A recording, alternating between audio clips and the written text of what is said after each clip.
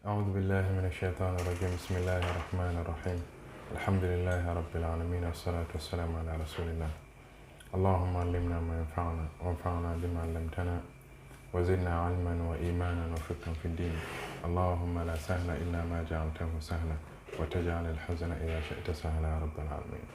Okay, so قال المؤلف رحمه الله باب فرائض الصلاة وسننها وفضائلها ومكروهاتها.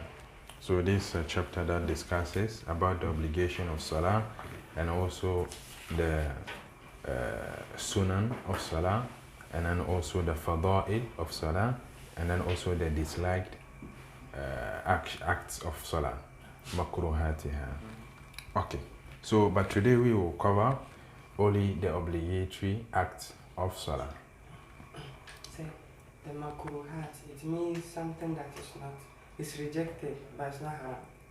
Yes, something that they dislike you to do in Salah. But it's not haram. It's not haram, yeah.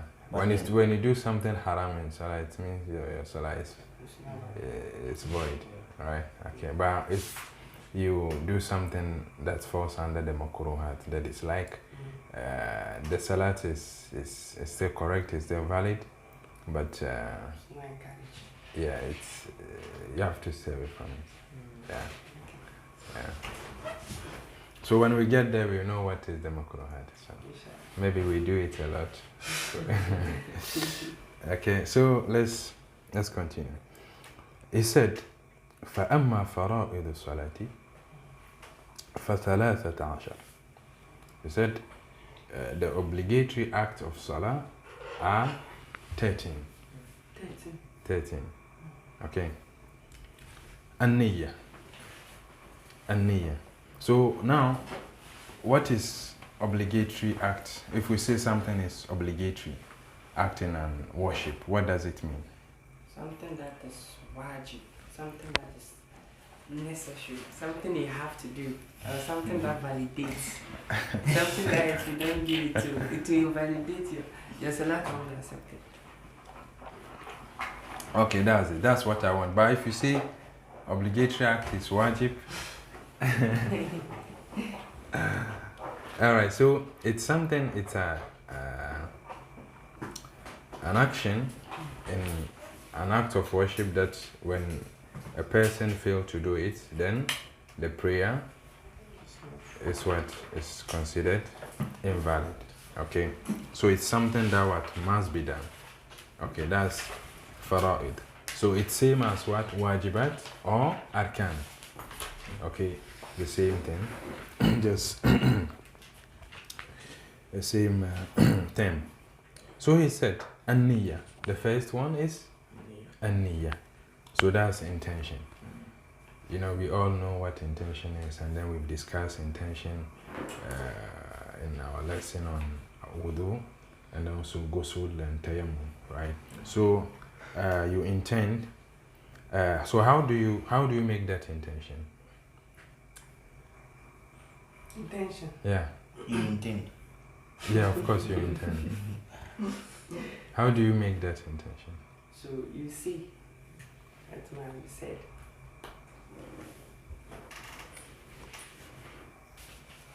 So how do you make intention? So intention, it must be authentic. Really? Yes, you have to say. Is that what we said? Intention must be authentic? No, before you start something, maybe you are going to perform Salat. So you have to be in the consciousness. Yeah, the consciousness, you will be in the consciousness. Yes. Okay. And then? And you do the necessary things. Okay, you have to be in the state of, I want to be like consciousness. So, but the niyyah, like, it is inside, it is internal. Like, you have to keep in mind that I'm performing this Salah for the sake of Allah. It is a zuhr. Not zuhr for the sake of Allah. But you don't necessarily have to say it out. Like, you should be inside. Yeah. Like, you know. So yeah. So that's it. Yeah. So that's intention. Intention is something peculiar to the heart, something that to do with the heart. You can only do it with what? With the heart. Okay, so the reason I say it might be rotated is that you don't just imagine it. no, imagination is not the Yeah, act of so the you heart. have to Is see it so that it's- still within. you should be in alliance with your heart. yeah, so it's a conviction that you have, right? So that conviction, if you will say it, you utter it. It has to correspond with what is in the heart, Yeah, that's right? So now, let's a niyyah, that's intention. How to make intention, right? So niyyah is what? An obligatory act of what? Of salah. So now, how do you make intention? Intention, it's what, as we said, is what? It's act. It has to do with what? With the heart, right? You what? Intend with the heart. So you have the conviction that I'm coming to pray for the sake of Allah. I'm coming to pray Zuhur, if it is Zuhur prayer or Asr prayer or Maghrib prayer. So you have to what? You have to be specific. Which prayer are you praying? You understand? Because we have 5 prayers, 5 obligatory prayers. So which one are you praying? Right? Don't say that because it's 4 rakat too, it's automatically Zuhur. No. Isha is 4 rakat. Asr is... Eh? I don't understand. No, no. Yeah, so, but you are confusing the angels. And then your prayer will not be... Don't confuse the angels. So be specific in what? In your intention. So you intend that I want to pray for the sake of Allah. I want to pray Zuhur or Asr or Maghrib or Isha. You be specific on what? On the Salah that you're coming to pray. So I want to pray Zuhur for the sake of Allah. So there is a conviction that you have, right? So some people, they can't suffice with what is in the heart. They need to say it. There's no problem. So when you have the conviction, you say it, there's no problem, and then you start your prayer. And also, now sometimes you have, let's say, a kind of contradiction. What you are thinking and what is in the heart contradicts, right? So you intend that you are coming to pray Zuhur, and then you have in your mind that, like thinking that you are praying Asr, right? So if it is Zuhur prayer, don't pay attention to what you are thinking, okay? Don't pay attention to whether you are thinking that you are praying Asr or Maghrib or no. Just focus on what? On the intention. It's fine. Is that clear? So let's say you're also part of those who can't suffice with the conviction, the niyyah in the heart. They have to say it. So you intended that you are coming to pray Zuhur, right? And then you uttered that you are praying Asr. What is in the heart is what will be what? Considered. You get it? That's niyyah. Is that clear? So a niyyah. So the niyyah has to precede any act of what? Any act of salah. Right? So when you stand, that's the first thing you do. The intention. It has to be intact. It has to be intact. When it's not intact, it's just an exercise. So, yeah. What happens if you have already started praying? Maybe you didn't pray Zuhur and Asr, and when you came to pray, Alhamdulillah, maybe you've gone by the time you've started reciting Fatiha. Yeah. And you remember that you did not intend. You didn't intend whether you're praying Zuhur and Asr, and you know that Zuhur comes fast. So you just continue. And you had in mind Allah will understand. What about that one? Yeah. Because of course, Allah knows. Allah knows everything. There are salah that you don't need to intend, right? Like voluntary prayers, like nawafil. Let's say it's now time for duha, right? Time Salat al-awwabin for duha. So when you stand in prayer, it's a voluntary prayer. Whether you intend it's duha or not, it will still be considered as what? Salat al-duha. This you don't need intention. But when it comes to obligatory prayer, you have to be specific in your intention, right? I'm praying Zuhur. So now you missed Zuhur and Asr, right? So Zuhur is for, Asr is for. Which one are you praying? So I'm praying the one that comes first. No, you have to intend. You have to intend. Of course, before you even get up to pray, we discuss in Qadr that Allah knows everything, right? It's a pre-eternal knowledge of Allah. So Allah knows you pray Zuhur, right? But I ask you to intend. right? He asks you to intend. So, and then don't forget that angels are what recording. So, what are you doing? Right? Which so don't confuse the angel. Be specific in your intention. All right. So, is it clear? No. Okay. Then the second. So now okay. Then it's takbiratul ihram. That's the second obligatory act of what salah. So here you can see he mentioned what intention, then takbiratul ihram. And these two are what the first two things that you start with, right? What after niyyah? What do you start with? Takbiratul ihram, right? So, but you should the takbiratul ihram should not precede what? The niyyah, right? When that happens, you have to start over. You have to intend, then do your takbiratul ihram again. You get it? So the takbiratul ihram. How do you do it? How do you do it? Takbiratul ihram. Allahu Akbar. You say Allahu Akbar. That's it. But you don't prolong Allah. If you say Allahu Akbar, this is wrong. Now this, if you say Allahu Akbar, this you are not glorifying Allah. It's a question. If you say Allahu Akbar, is Allah the greatest? That's it. It's a question. Is Allah the greatest? But if you say Allahu Akbar, Allah is the greatest. Say, what about Allahu Akbar? Allahu Akbar. No. Allahu Akbar. And also, the way they do that, and is it compulsory to do like this? Because you see some do like this. So you just... Okay, so now, you say what? Allahu Akbar. Okay. This Allahu Akbar, that's the takbiratul ihram. Okay. Now, the posture of the hand, how do you raise the hand? The raising of the hand is not what? It's not obligatory. Right? It's different from the takbiratul ihram. Just that you raise the hand while saying Allahu Akbar. Okay, but the raising of the hands, it's not what? It's not obligatory. Okay, now you said Allahu Akbar. Now you can raise the hand. We have three ways of doing that. You can raise it to what?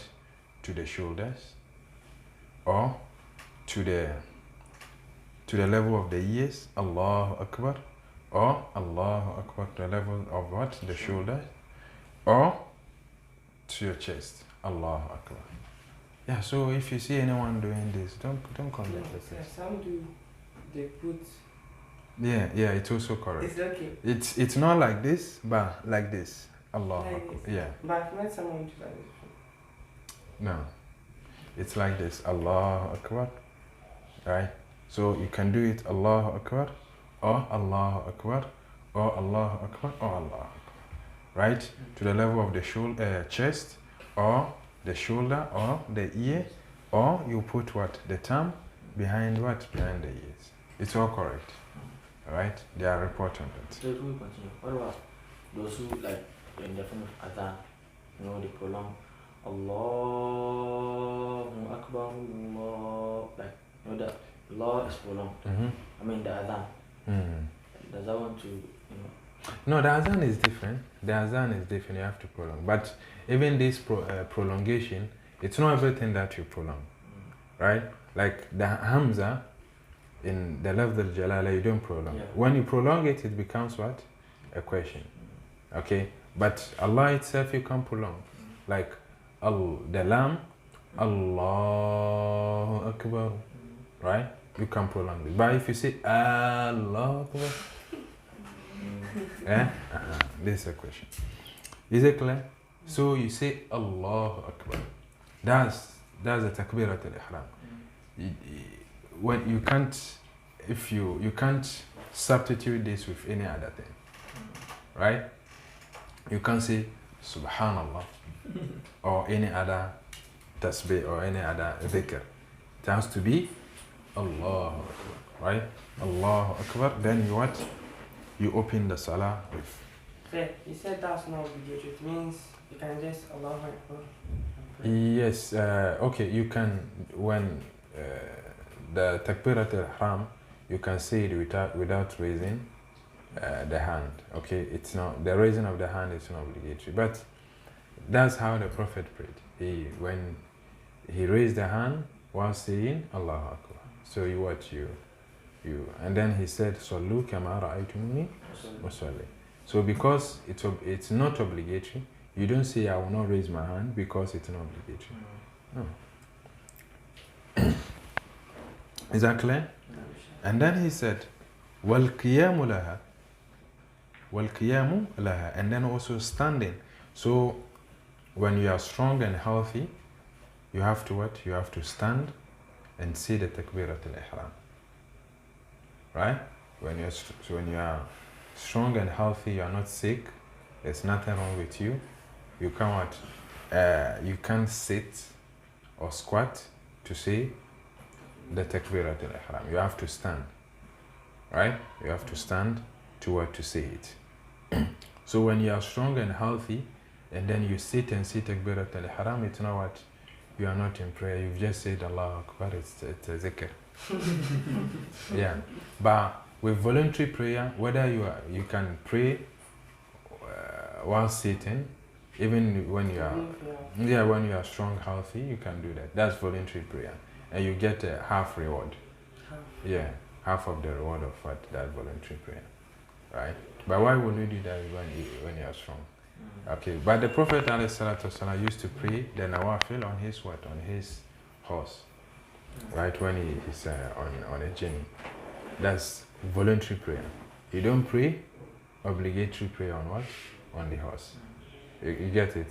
That's why when you are on a bus or on a ship or on an airplane, you can't watch. When you pray while sitting, you have to make it up when you land. You get it? Because standing to pray is also what? Obligatory. That's for what? For those who are strong and healthy. You get it?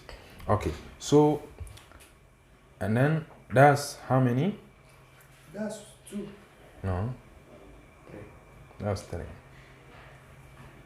Yeah. That's true. That's it. So, Nia takbirat al-ihram and Waqiyam laha. Waqiyam laha is what? It's not obligatory. So it's 3. Right? Then, وَقِرَاءَةُ الْفَاتِحَةِ. وَقِرَاءَةُ الْفَاتِحَةِ. So, reciting of Surah Al-Fatiha is also what? It's also obligatory. Right?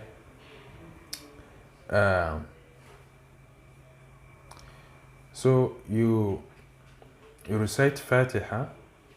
Also, reciting the Fatiha is what? Obligatory. Okay, so now let's look at Fatiha. Now, will you recite, because how many verses does Surah Al-Fatiha consist? 7. 7 verses. Do you agree with him? Do you agree with him? 7 verses? Yeah. So, meaning Bismillah with the Basmala, making it 7, right? So, but when you are praying, do you have to recite the Basmala? Yeah, you have to, but you can try to make it loud or silent. The Basmala. But it's part of the Fatiha. Why would you recite some openly, like a Maghrib prayer, Isha, or Fajr prayer? Why a chapter that consists of 7 verses, you recite some loudly and you recite some secretly or silently? So, with the Basmala, I learned the 2 opinions of scholars. Some are saying that the Basmala is part of it, and some are saying that it's not part of it. But they all still agree that it's 7. The Ihdina Surat al-Mustaqim, some say it's 1. Surat al-Adina, Ihdina Surat al-Mustaqim, Surat al-Zina al-Mutali, Ghayr Mawdib alayhim is 1. No, it's one of them. Yeah, so here, meaning yes. This verse, according to some, is 2 verses. Yes, it's 2 verses. So they all agree that it's 7. So some say, according to those who don't agree that the basmala is part, you recite it, if you like, you recite it without, you recite it slowly. I mean, you don't have to shout or sing. But with some, they agree that you have to, you have to voice it out. Yeah, there's a lengthy discussion on the basmala, and when we started, you know, end it today. So that's why I didn't even mention it. Yeah, there are a lot of discussion and debate on this. The basmala, whether the basmala, even there's a debate among scholars whether the basmala is part of Fatiha or not. Right? Okay. But so according to some hadith, it's what the Fatiha consists of what? Seven verses. Okay. I don't want us to go into that debate. It's a very lengthy debate.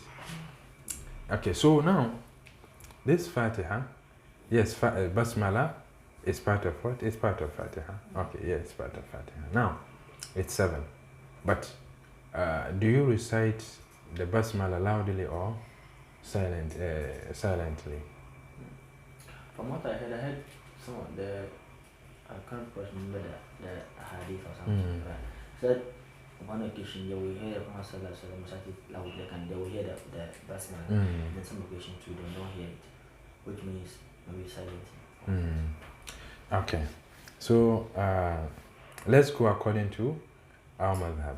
Okay, let's go to according to our madhab. Our madhab, in obligatory prayers, you don't recite Fatiha loudly. Yeah, you don't recite basmala loudly. I mean basmala, not Fatiha. In obligatory prayers, you don't recite basmala loudly, right?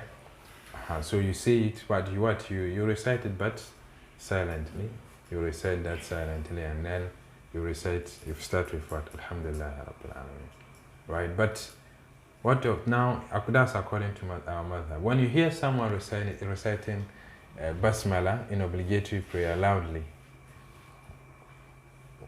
what is the hukum? What is the ruling?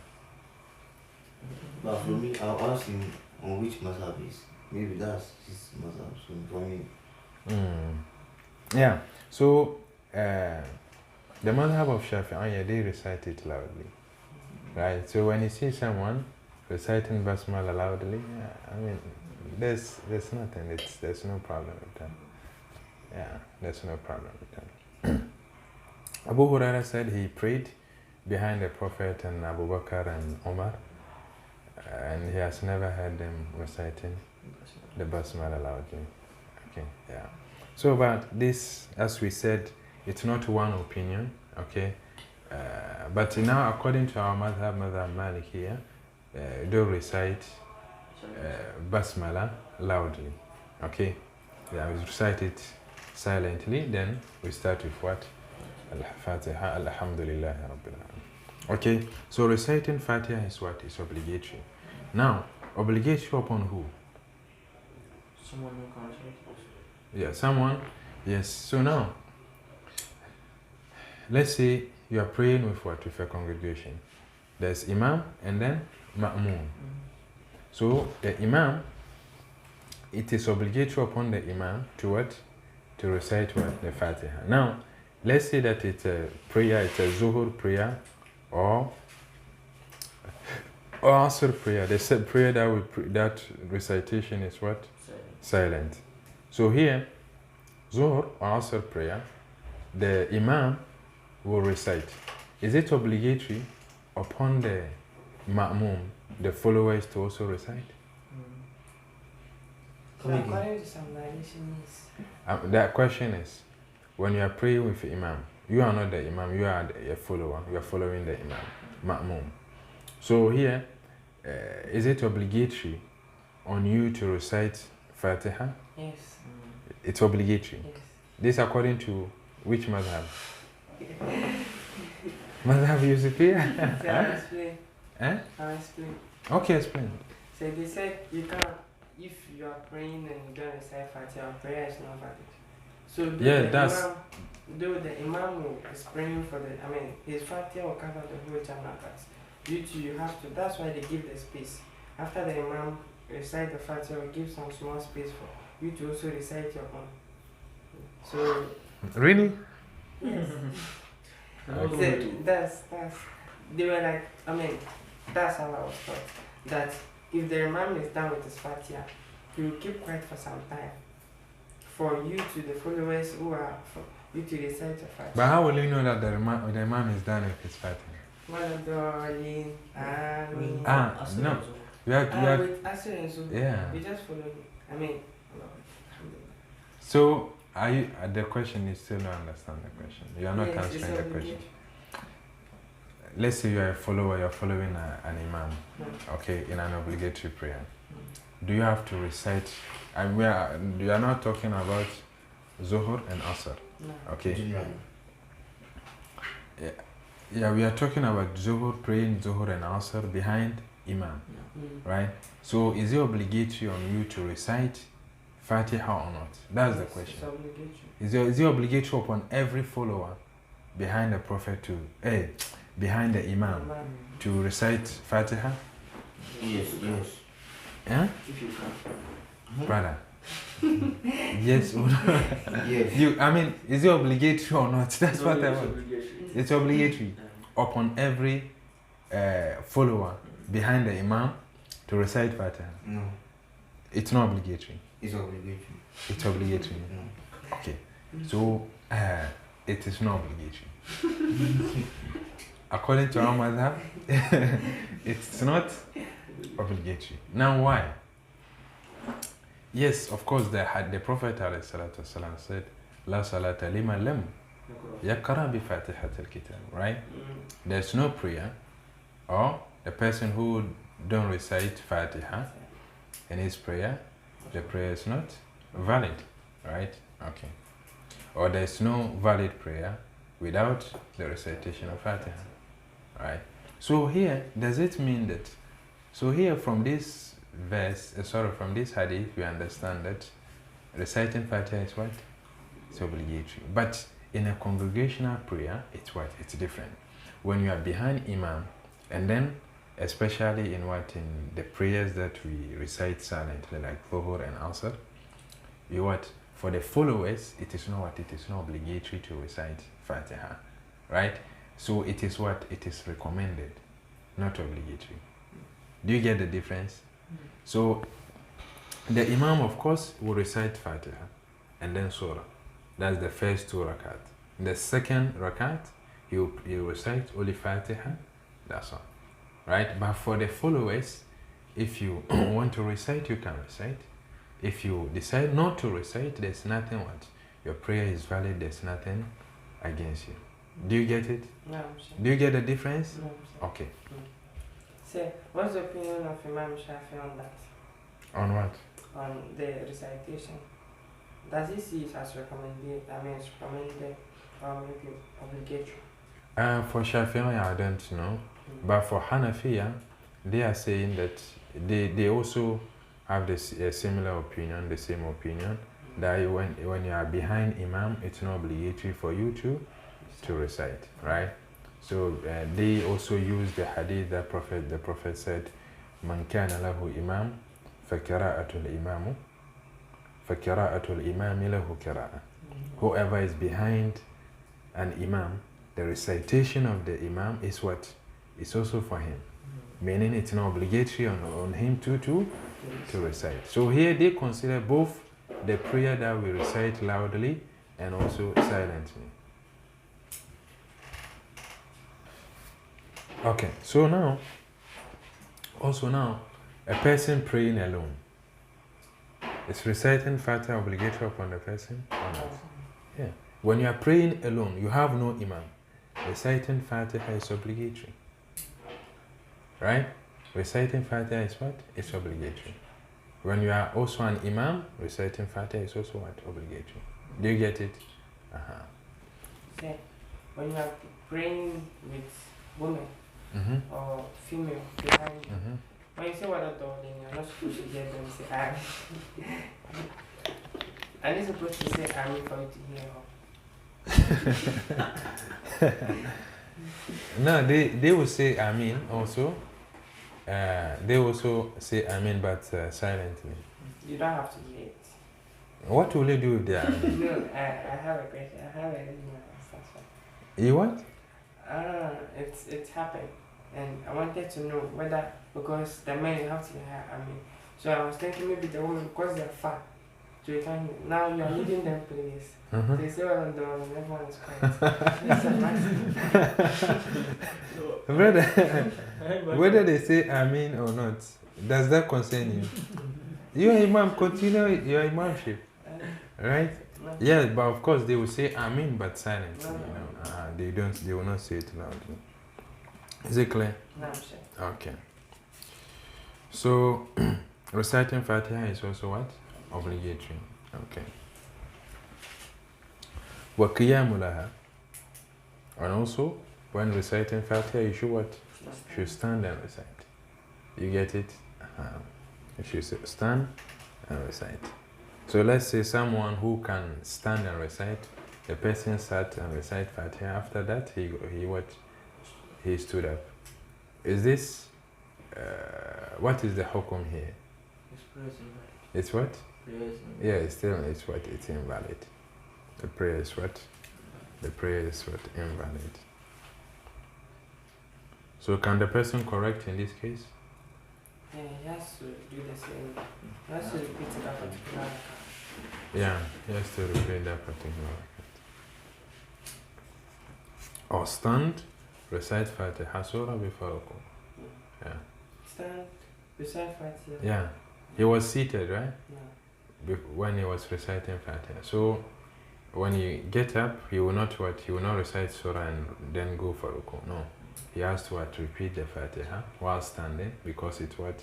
Standing to recite Fatiha is what is obligatory. Right? So he will stand and recite, then Surah before Ruku. Is that clear? Okay. So وَالْقِيَامُ لَهَا. Then he said وَالرُّكُوعُ وَرَفْعُ مِنْهُ. وَالرُّكُوعُ وَرَفْعُ مِنْهُ. And then also Ruku'. Ruku' is also what? Obligatory. Right? Ruku' is obligatory. So now,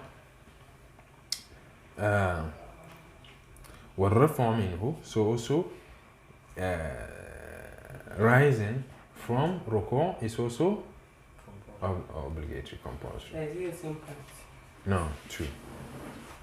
Right? So, what ruku? To what? To perform ruku is also what? Obligatory. Okay? So now, what rafa minhu? Rising from what? From ruku, it's also obligatory. So it's now, let's say you've performed ruku.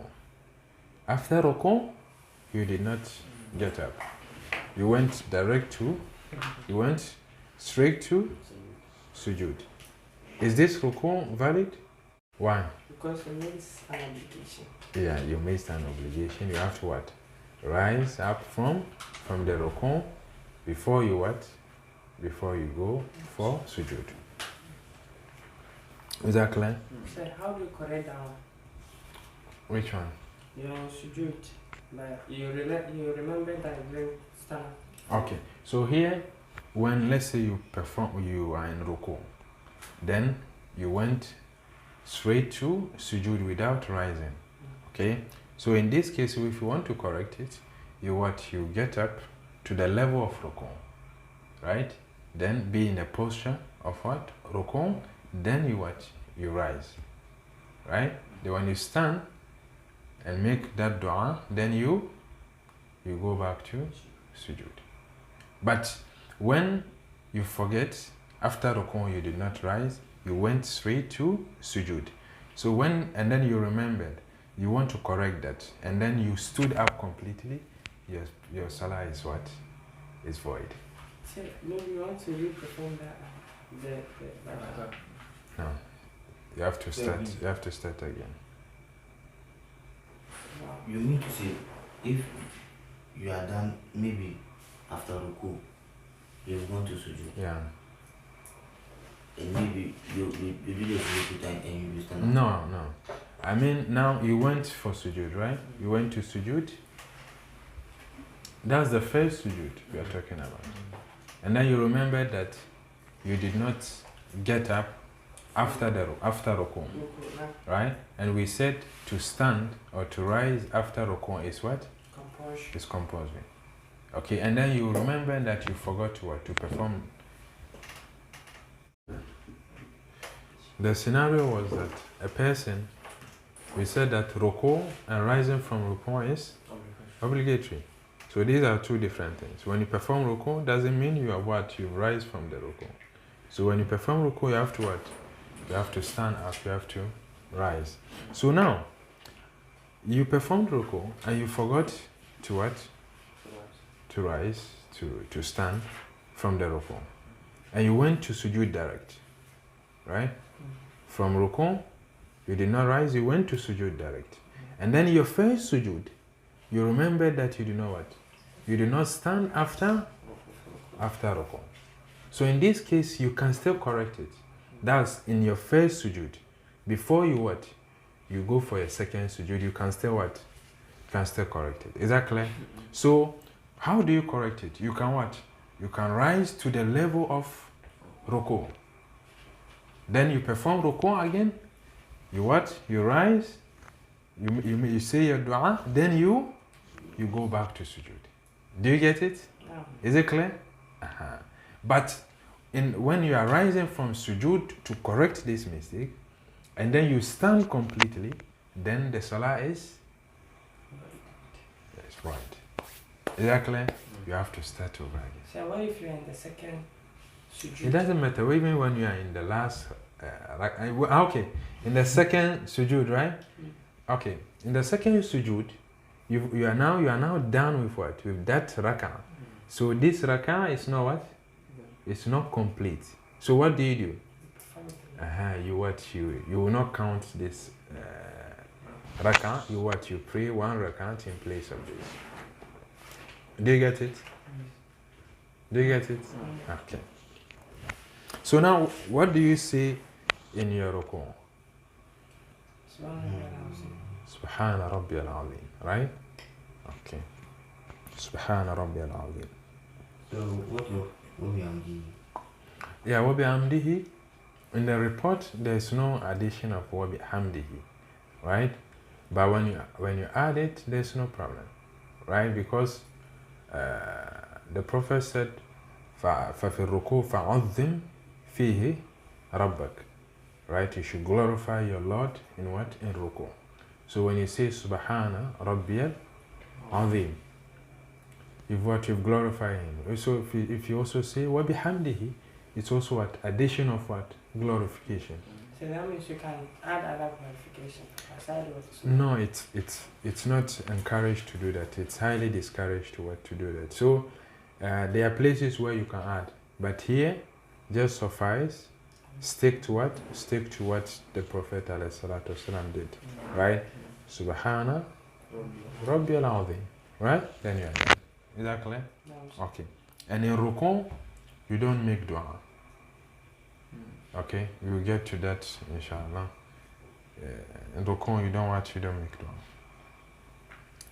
All right. So, was-sujudu wal-raf'u minhu, and then sujood is also what? Obligatory, compulsory. وَالرَّفْعُ مِنْهُ, and also to rise from sujood, meaning to sit after the first sujood. It's what? It's also obligatory. Not the sitting, rising up from what? From the sujood. Because you perform the first sujood, right? How do you perform the second sujood if you don't get up? Right? So maybe Unless you didn't get that completely. Like, go. You have to hold it. all right, so with that, yeah, that it could happen. It's also possible. Now, you perform, you went to sujood, okay, and you forgot to what? To rise from that sujood, and you just stood up instead of what? Sitting. You stood up. Now what have you done here? If obligatory, lesson, non-obligatory. Yeah, which is? Rising from sujood. Rising from sujood. Uh-huh. First sujood. And then? And then the second sujood. The second sujood. So you've left two things here. You get it? I mean, rising from what? From sujood, and then also the second sujood. These two are also what? Obligatory. So when you leave these two, and then let's say with that, you are done. When you stand up completely, you are done with what? With that rakat. With that rakat, right? So you what? That you will not consider that rakat. You will not count that what rakat. You what? You perform one rakat in place of what? Place of that rakat. So if that rakah is a rakah that we recite Fatiha, you have to recite the Fatiha all over again. Of course. If you are the Imam. Yes. If you're the imam, yeah. So with regards to the one that if you do ruku, then you forgot to stand and you have to go to the sujood. I mean, you went to the sujood without the standing to the sujood.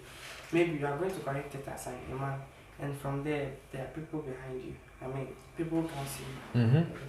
So you stood up along with God, then in that stage again. So how are people going to catch up with that? Yeah, so And also now it's you look at your followers. Is it one row or two row? Because if it's a row or two, they can see you, right? But when it's the masjid is full, people are far from you, they can't see you. Then what do? You pray one rakat on top of that to make it 5, without counting the first rakat or the rakat that you forgot to make rukun or rise from rukun. You get it? That's you pay attention to your followers, right? If they can see you and follow you, then they have to do that, right? So that's an exception for the Imam. Yes. So here the imam will consider the congregation, right? If there are many, then he has to pray one rakat without all this correction, because this correction can be what? Can be confusing. Okay. So what sujood? So sujood, in sujood, what is the supplication? What do you say in sujood? Subhana Rabbiyal A'la. Right? That's it. Subhana Rabbiyal A'la. So there's also compulsion. The what? The supplication sujood. No, it's not compulsory. And the ruku. Hmm? And the ruku. Subhana Rabbiyal Azim, it's also not compulsory. So what if throughout your prayer you didn't supplicate? You prayed without glorifying Allah, and you will not be rewarded for that. But your salah is valid.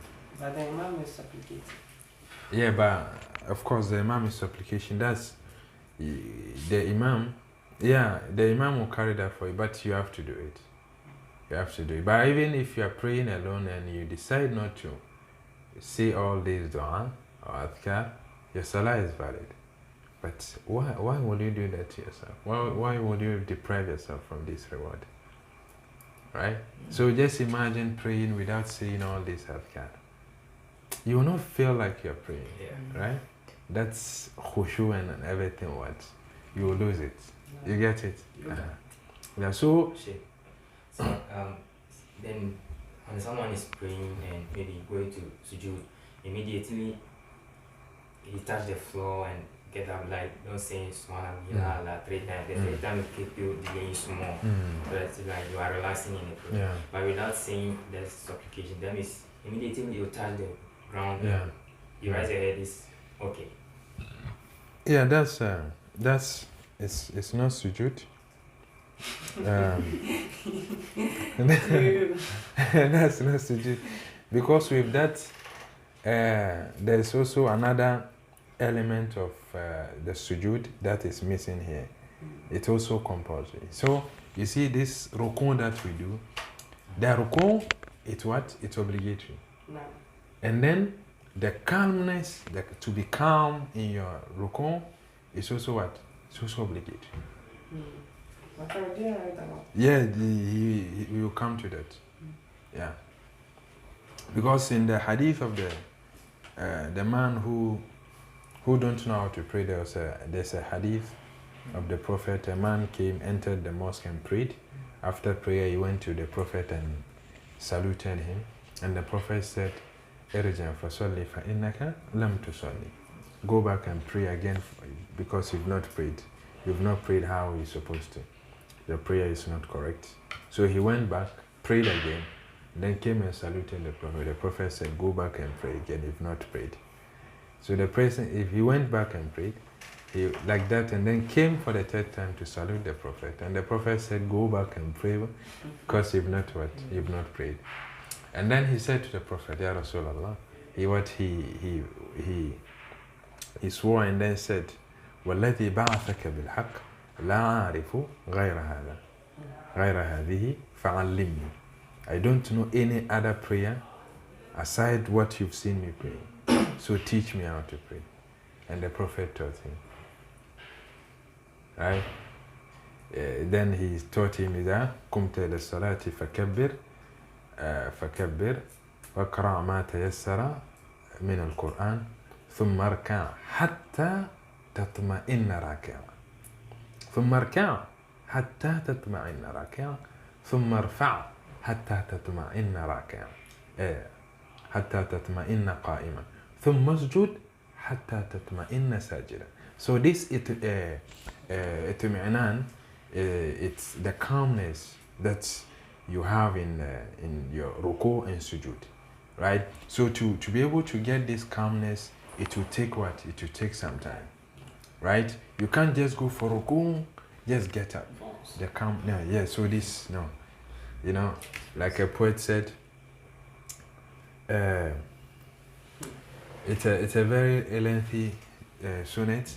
He's saying that, he said, إذا رمت السلامة والكرامة فلا ترضى لنفسك بالإمامة وإن ترفع لصوتك قيل هذا إمام أعجبه ترنما والنغامة وإن تخفض لصوتك قيل هذا إمام إذا إمام ليس يسمعنا كلاما وإن طولت في السجدات قالوا وربك قد رأى فيها مناما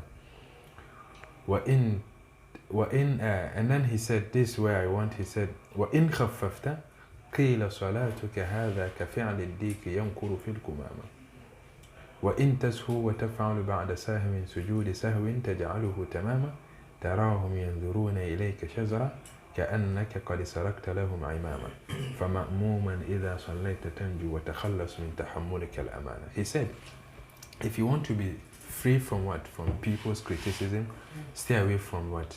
Leading prayer. Yes, because when you stand in front of people to lead prayer, immediately you start reciting the Quran with nice voice, with beautiful voice. People will see this Imam, he like drumming and dancing. He like what? Singing and dancing. Why? Because you're reciting the Quran with what? With good voice. And then when you decide to what? To lower your voice or recite it without beautifying your voice, they will say that this Imam, he recite and we don't even hear what he's reciting. And then when you prolong your salah, or when you prolong your sujood, they will say that this Imam was dreaming in prayer. And then when you decide not to prolong your sujood and ruku, then they will say, it's like a hen, you know, how a bird picks something with the beak, right? Like very fast. So he said, right? So it's like you just pick it very fast. It's same as you what you described. So this type of sujood, it's what? You lose that that calmness in what? In sujood and ruku. Right? So he said, كَفِعْلِ الدِّيكِ يَنْكُرُ فِي الْكُمَامِ وَإِن تَسْهُو وَتَفْعَلْ بَعْدَ سَهْوٍ سُجُودِ سَهْوٍ تَجْعَلُهُ تَمَامًا تَرَاهُمْ يَنْظُرُونَ إِلَيْكَ شَزْرًا كَأَنَّكَ قَدْ سَرَقْتَ لَهُمْ إِمَامًا. And when you forget, and then after the prayer you perform sujood sahw, when you finish praying, people will be looking at you as if you've stolen their imama. And then he said, فَمَأْمُومًا إِذَا صَلَّيْتَ تَنْجُو وَتَخَلَّصْ مِنْ تَحَمُّلِكَ الْأَمَانَةِ. He said, if you want to be free from all this criticism and insult and disrespect, stay away from what? stay away from what leading prayer and just pray behind what an imam. So, so this calmness, it's what? It's obligatory in what? In ruku and sujood. Right? So in order to get this calmness, it's what? It requires what? Some time. Right? And then that's where the adhkar play its role. That's where the adhkar comes in. It's really important. You get it? Even though the adhkar itself, it's not what? It's not obligatory, but it's what? It will help you with what? With the calmness that tama'anin, hatta tatma'inna raki'an, hatta tatma'inna sajida. Is that clear? No. Okay. So, sometimes you realize that even some like good imam, very famous, very good imams, like when they are reading prayers, the moment you know they've gone to ruku, you know you make it a salat. Before you walk and get there, they are even in sujood. Even in sujood, like, it's very fast, honestly. So sometimes you're thinking whether they don't do how do we say, the adhkar and perform that calmness. The person goes not even up to 2 seconds, he's back. Yeah, I mean, some imams, they are good in that, you know. They pray very fast, right? They don't want to prolong their prayer in order to disturb people, you know. But also that should be done in moderation, you know. Yeah, you should not prolong everything, but the azkar, you should do it, not to lose the calmness. Just imagine imam is losing the calmness in sujood and ruku. The Imam will also do that, right? Because you are following join an Imam, you tell me, right? You are behind the Imam, and then you have to what? You have to imitate the Imam. The Imam can't be in ruku, and you are still standing, reciting Fatiha. About that, sometimes you realize that you meet some people in the mosque. While the imam is leading prayer very fast, when he goes to sujood, the person will take his time. When the imam is back and is now coming to sujood before they stand up, and like they are praying the years very slow while the imam is praying faster. Yeah, so it's not good to delay a lot, to delay a lot from the imam, right? Let's say the imam, may Allah forgive him, maybe he read the adhkar, but it's very fast, right?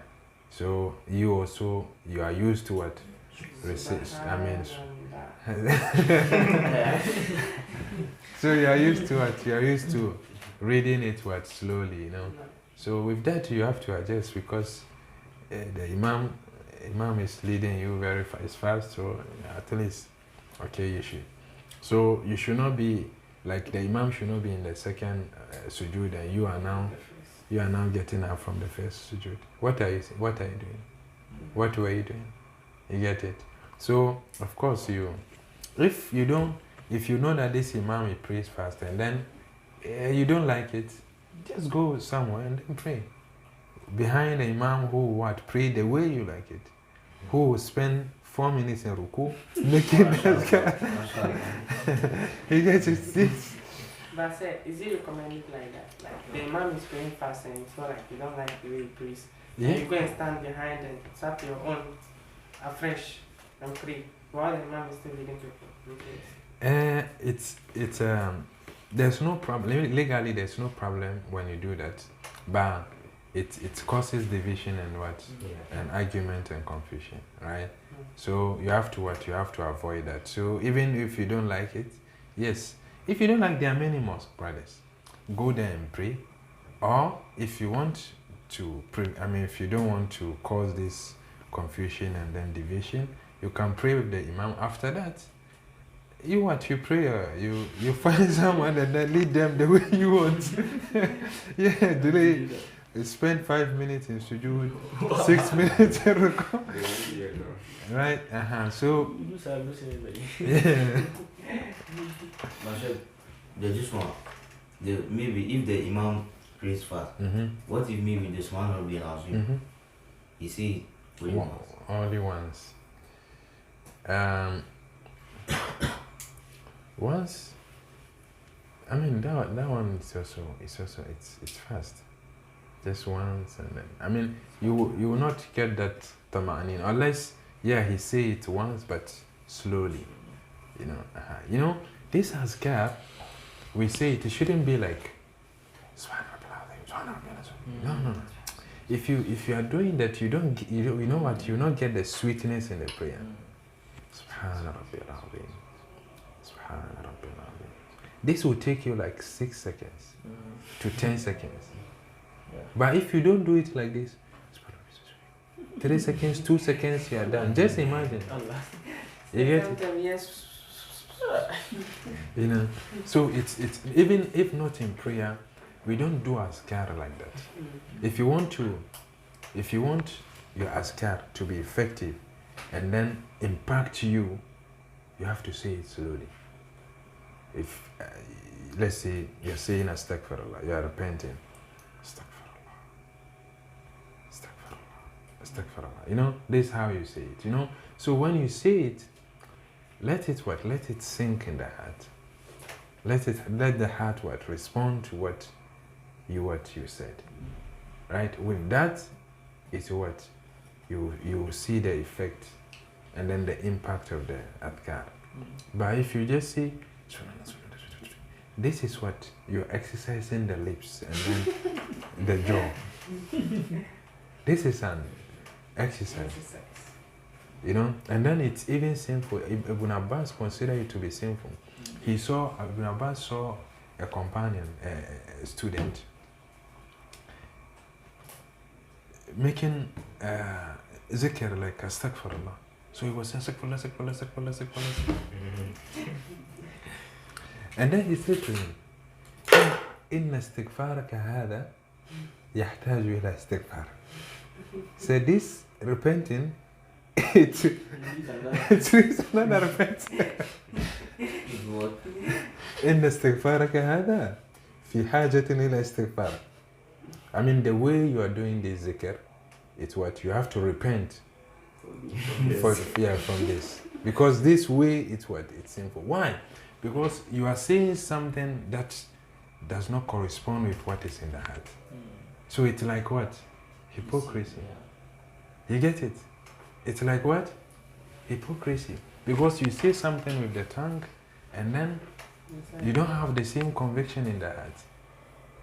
So as if you are saying, like, you are saying Allah is one with the tongue, and then in the heart is total, the heart is somewhere far from that. You get it? So like that. So in order to get that conviction, that calmness, that khushu, it has to be what? Slowly. You get it? Yeah. And then وَالرَّفْعُ مِنْهُ. So sujood and what? Getting up from the sujood. Then we say وَالْجُلُوسُ مِنَ الْجَلْسَةِ الْأَخِيرَةِ بِقَدْرِ السَّلَامِ. And then also the sitting, the last sitting before salam is what? So compulsory. Right? So meaning, if you are, let's say you are praying Zuhr. Zuhr is how many rakat? 4. So this 4 rakat, you pray 2 rakat, then you sit. Right? So this sitting is what? It's not obligatory. You get it? This sitting between the 2 rakat, between the 2 rakat. The first. The two rakats. Huh? The first tahiyya. The first 2 rakat and the last 2 rakat. No, the first sitting. The tahiyya, the first sitting of tahiyya. No, the first rakat. When, let's say you are praying Zuhr. Zuhr is how many rakat? 4. So when you pray 2 rakat, what do? You sit. So this sitting is what? It's not obligatory. That's the first tahiyya. Yes. Yeah. Yes. Yes. So, but the second one before taslim is what? It's compulsory. Do you get it? Say, does that mean that when you're praying and you forget to sit down and you just find yourself in the next one, you can continue?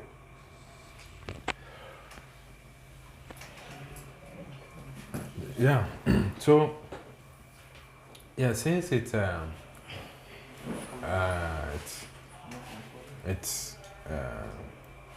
wajib, you can continue and then you do sujood sahwi after it. Yeah. Exactly. So you sit down, we don't correct. You don't have to come back and sit down before you stand up again.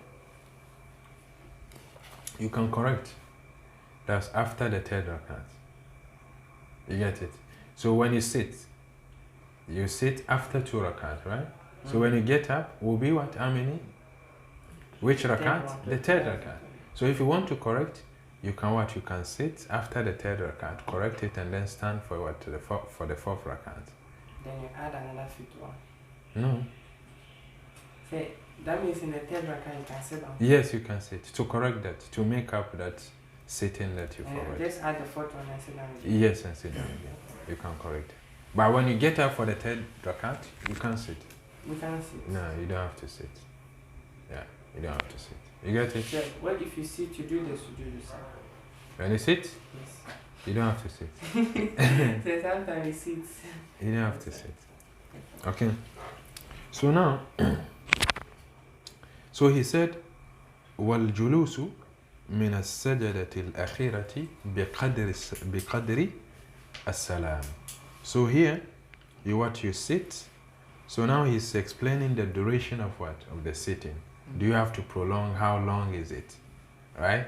So with that, he's saying that there's no specific, there's no one specific duration for that. But the sitting, the duration of that sitting should be that you can recite the tahiyyah. Right? You can recite what? The tahiyyah.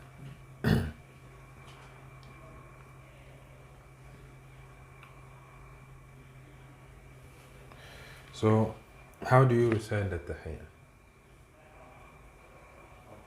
Atahiyatu. Salawatu tayyibat. Assalamu alaikum. Ayyuhan nabi. Okay, so there's another one. Azakiyatu.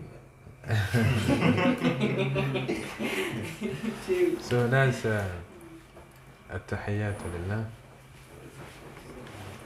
الزاكيات لله الصلوات والطيبات لله السلام عليك أيها النبي ورحمة الله وبركاته السلام علينا وعلى عباد الله الصالحين. Then you continue. أشهد أن لا إله إلا الله. But Sheikh, again, on the Azakiyatu lillah, what's the issue on that? Because most ulama like say, oh, it was our grandfather who brought those stuff. But I don't know if it's true. No, it's a narration. This, you see, this prayer that we pray, and then there are many things that we do. There are many narrations on it, right? There are many narrations on it, like, you know, the Salat ala Nabi that we do, that the Prophet taught, the Salat al-Ibrahimiyya. There are many versions of it, right? There are many versions. So this tahiyyah, there are also what? There are different versions of the tahiyyah, right? Even the adhan, there are different versions of the adhan, right? So that's at that time, you know, anything new, people try to what? To just condemn it because they don't know, you know. But to say that it's our grandfathers who brought it, how did they bring it? And also the same apply to, you know, this dua that we say in that this some years back, this dua after before iftar, Allahumma laka sumtu wa bika amantu ala rizqika aftartu. You know, this someone But so you mentioned Zamir about me, what that has to do with this? No, you said someone came in, like the dua that you are about to mention. Is that what I said? No, I didn't hear. That's what I was asking. So now they said that they found a new dua, right? They found a new dua, and then it's not permissible to say this dua, but this it's a plain ignorance. It's a plain ignorance. Why? Because this dua, Allahumma laka sumtu wa bika amantu wa ala rizqika aftartu, this hadith it's also part of the sunnah. Just that its chain is weak. It's a weak hadith, right? And then the dua that's they said that they found ذهب الظمأ وابتلت العروق وثبت الأجر إن شاء الله. This hadith, this is from what? From an authentic hadith, right? Even though that previous one is what? It's a weak, from a weak hadith, but you can still say it. It is a dua. Dua doesn't have to, you don't have to, it doesn't necessarily have to be what? From an authentic hadith, right? As far as the meaning is what? Is correct. So, same applies. So the tahiyya too, we have what? We have different versions of what all the time. Exactly. So he said, it's recommended you say more of them. yeah, you can even combine the two, which is, I recommend, it's good. So you are saying, Allahumma laka sumtu. Oh Allah, I fasted for your sake. Wa bika amantu. And I believe in you. Wa ala rizqika aftartu. And then I'm breaking this fast from your sustenance that you've provided. What is wrong with this dua? It's a very good thing. Yeah. Right? So even if the Prophet did not say, and you say this, it's permissible. You get it? So, may Allah grant us understanding. Okay. Salat. Sheikh, I have a question. So my question is, maybe you're in Salat as the Imam and you're reciting a surah. Maybe it happened that those surah are very similar. So maybe you won't say Ya ayyuhal ladhina amanu, Ya ayyuhal ladhina amanu, and you say Ya ayyuhan nas. And you continue, Ya ayyuhan nas, budu rabbakum alladhi khalaqakum. I realize that that's not the verse you're supposed to recite. Must you stop just in the middle of the verse, or you just have to complete it and come back to the right verse you want to recite? So let's say that you are reciting Surah Al-Baqarah, No. right? And then you go to a verse that has similar verse in a different surah, right? So then this verse that you started reciting is from a different surah, not Surah Al-Baqarah. So you are in the middle of that verse, and you remember that no, you've jumped from Baqarah to a different surah, right? No. So you can stop reciting that verse. Let's say that, during that recitation, reciting that verse, you remember that no, this is not the verse, right? So you can stop from there and then recite that correct verse that you have to recite, or the verse that follows the last verse that you recited from Surah Al-Baqarah. Is that clear? No. Uh-huh. What if it happens that we also learn that it's not good to, some verses are there, you have to recite them completely. Like the reason being that maybe it's talking about something, and like for instance, La ilaha illallah, and say La ilaha, and you stopped. So you have to complete it. We don't know what, is there any ruling on that as well? So when you're in Salah, it's different. You know, it's different. Sometimes before you complete reciting, coming back will be what? Will be an issue. So there's no problem with that. But if you're not in Salah, then it's good. Right? But it's also what? It's also not good to start a long verse, then you don't complete that verse. Let's say you are reciting only that verse. You don't complete that verse, recite to, let's say, to the middle of the verse. Let's say, Ayatul Dayn. Ya ayyuha alladhina amanu idha tadayantum bidaynin ila ajalin musamman faktubu. Now you go to the middle of that verse. You know, it's a very long verse. You go to the middle and then you perform ruku. This is not what, this is discouraged. And the same applies to you starting from the middle of that long verse, not from the start. Yeah, it will temper with the meaning. You understand? So it's better if you are reciting one verse, recite one verse.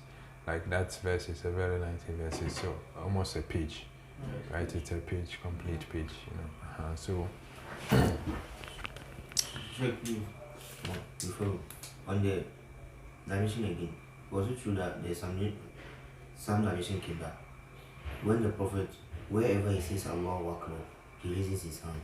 Yeah, there's a narration also of Abdullah bin Mas'ud that said the Prophet used to raise his hand in all the transition that he did in Salah. Okay, so this is what the Shafi'i madhab took. So for them, they raise their hands in every transition. Takbirat al-ihram, ruku, rising from ruku, going for sujood, sitting, going back to sujood. Everywhere they raise their hands. So with that, how do you do? Maybe you are sitting and you want to do sujood. How do we raise the hand for sujood? How do you raise it when you're standing? How do you raise it So when you're maybe you are standing? sitting and you Allah Akbar. Now, Yes. will you stand up before you do the Allah Akbar? Yeah. Maybe from Yeah, that's rising how from they the do. sujood. When you Or are you do Allah Akbar and stand up. no. When you rise, that's where you do it. Yeah. So And those folding hands, those releasing hands Mm. also. we will answer this in our next lesson, inshallah. Okay, so let's finish with this. So here was salamu. So here also the salam. You don't have to say salamu alaikum. You have to say assalamu alaikum. So the required is to say assalamu alaikum without wa rahmatullahi wa barakatuh. But when you add wa rahmatullahi wa barakatuh, there's no problem. You get it? So if you are behind an imam and he said he knows this very well and he said assalamu alaikum, assalamu alaikum, don't say he has done better. So everyone will look at him after 3 years. Yeah. I say, so we need You. Assalamu alaikum wa rahmatullah. Assalamu alaikum wa rahmatullah. Yeah, you can even suffice with the right one. Assalamu alaikum. Yeah, but And I then you are think done. it's very, very commendable to do the second one. Yes. But what is required is what the first one. You get it? But now we are discussing this because we are reading the book, we are learning. So I'm teaching you all this. But when you go, you are leading prayer.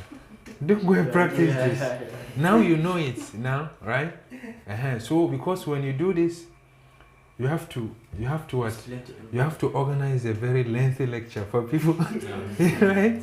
So, I mean, you don't have the time, So don't do that to confuse people. But when you are teaching your student, you can what? You can let them know all this. You get it? But when you are dealing with people in the mosque, we are not on the same level. Some, when you do something they don't know, that's when they will lose respect for you, and then they will see you to be what muqtadi. Before they will even ask you, why did you do this? You get it? So you have to know all this, but you don't have to apply it everywhere. When you're at home with your family, you can do all that. If you're a student, you can do that. But in a mosque, you have to. Bashir, please again, on the Assalamu alaikum. Sometimes you find people, maybe something's happening and maybe he's at the last part. But you see the person doing Assalamu alaikum, like watching what's happening. I mean, it's Assalamu alaikum, watching what's happening. For that one. Yeah, that's. Now, if the person say Assalamu alaikum to the right side, the person is done with the prayer. Oh. You get it? So even if you want to pay attention to whatever is happening, that's his issue. That's his problem, So the first salam, it's what? It terminates, it ends the prayer. So how do we do the salam alaikum? Because some do. Salam alaikum. Yeah, so Assalamu alaikum, you turn your right. Assalamu alaikum wa rahmatullah, you turn your right. Assalamu alaikum wa rahmatullah, you turn. So what about this? It doesn't spot it. No, it's. Yeah, that's it. No, that one is also too fast. May Allah accept it. Okay, so the direction, how do we have a particular centimeter or something we have to face? Because If I tell you to face your right, how do you face? How do you turn your neck to your right? So because some can do and watch everything. No, it's before you. do and watch. You are now learning. You don't have to focus on some. So right? sometimes we ask the question for us to understand. You see. Brother, you have to say salam and turn your right. Assalamu alaikum. Assalamu alaikum. Do you think the Prophet will do assalamu alaikum? Yeah, so tell me, alright, this your right? No, Assalamu alaikum. Salam. I don't know why people like stressing themselves. And then you should this simple, man. So you say what, you don't say salamu alaikum. If you say salamu alaikum and you get up, you've not, as if you've started prayer and you did not complete. So how do you correct that? That's, so it will depend on, if let's say you just got up, you can sit, make salam and then also sujood yourself. Right? Or maybe you did that and then you started askar, this askar after, and you remembered. You can just say salam and then that's all. Even if people started leaving. I mean, it's not your business. You are correcting your salam. But if you are the imam, you do the same thing. If you are praying alone too, you do the same thing. You get it? So my last question. So what if you are praying and maybe you came to the last rakah and the imam has done a mistake in the salah previously and is having his mindset is going to do the sujood sahwi. Now you don't know, you came in the last rakah. When they did salam alaikum, you hear Allahu Akbar. So what are you supposed to do? Yeah, you have to follow the imam. Maybe you stand up already to add your decision. You have to follow the imam.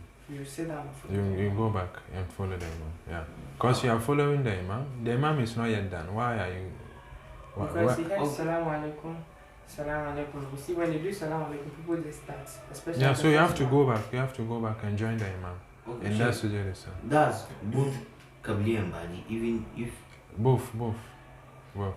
So we have to talk more on the Qabli and Ba'di. Yeah, we get there. no, we get because like it's not because some too were like because because with this one Badi you are not done, so you have to stand up and continue before you. Are you not following the imam? Yes. Is imam done?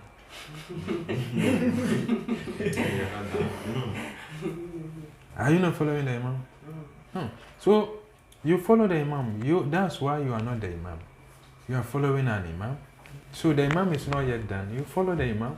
When it's done, you just what? You make up the rakat that you missed. You understand?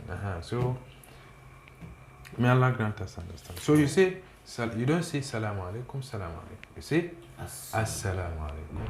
So if you say assalamu alaikum, it suffices. But if you say assalamu alaikum wa rahmatullahi wa barakatuh, assalamu alaikum wa rahmatullahi wa barakatuh, it's also it's okay. But know that when the salam on your right hand, it's what? It ends the what? The prayer. You got it? Okay. So, regardless of some time, you realize that an imam they prolong it. The salam?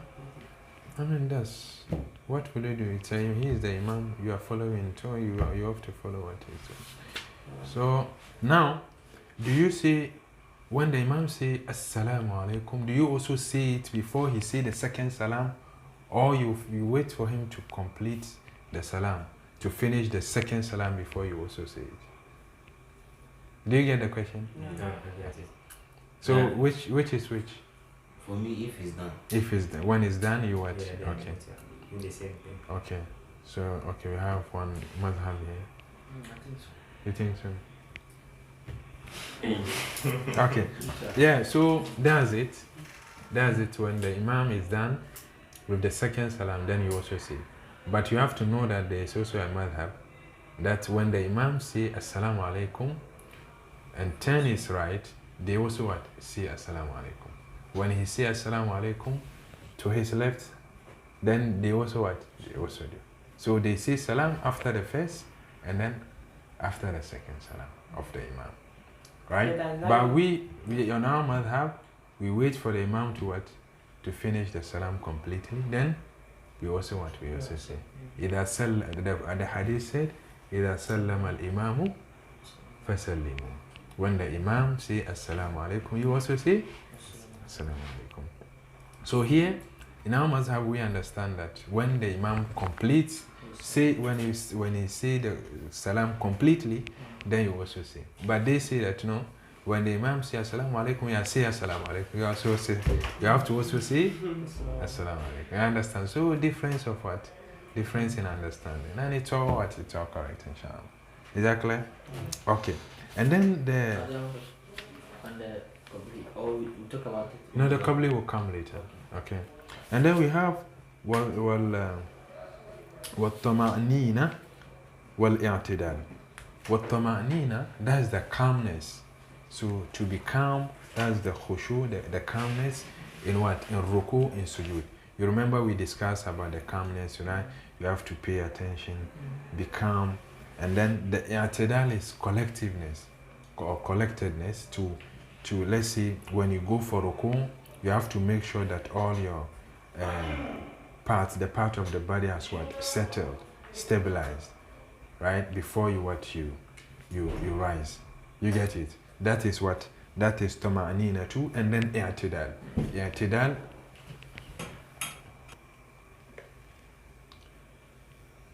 So that is at-tama'anina too, wal-i'tidal, right? So it's also what? It's also obligatory. So when you pray without this calmness and then also this